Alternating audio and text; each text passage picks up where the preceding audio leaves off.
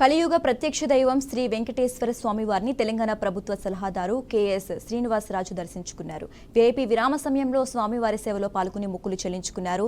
దర్శన అనంతరం ఆలయంలోని రంగనాయకుల మండపంలో వేద పండితులు వేద ఆశీర్వచనం అందించగా ఆలయ అధికారులు శ్రీవారి తీర్థ ప్రసాదాలు అందజేసి పట్టు వస్త్రంతో సత్కరించారు. అందరూ ఆశించిన విధంగా టీటీడీ ఈవోగా అవకాశం రాకపోవటం తనకు భాగ్యం లేకపోవటమే కారణంగా భావిస్తున్నట్లు శ్రీనివాసరాజు తెలిపారు. కృపతో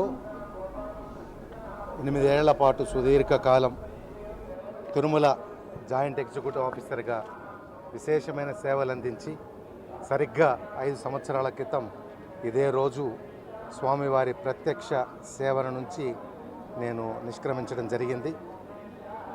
తదుపరి సుమారుగా 4 సంవత్సరాలకు పైబడి తెలంగాణ రాష్ట్రంలో వివిధ హోదాల్లో పనిచేసిన అనంతరం ఈ మధ్య కాలంలో జూన్ మాసంలో ఆంధ్రప్రదేశ్కు తిరిగి వచ్చి స్వచ్ఛంద పదవీ విరమణ చేయడం జరిగింది.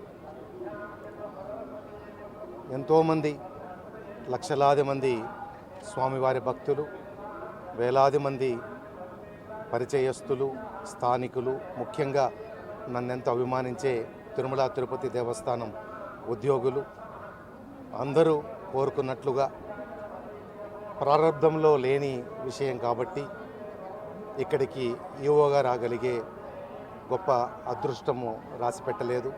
వారందరి మనస్సులు గాయపడినందుకు నా ప్రారంభంలో లేని విషయం వల్ల అలా జరిగింది కాబట్టి అందరినీ కూడా మన్నించమని, మీ ప్రేమకు సదా శిరస్సు వంచి నమస్కరించడం తప్ప చేయగలిగింది ఏమీ లేదని కూడా తెలియజేసుకుంటున్నాను.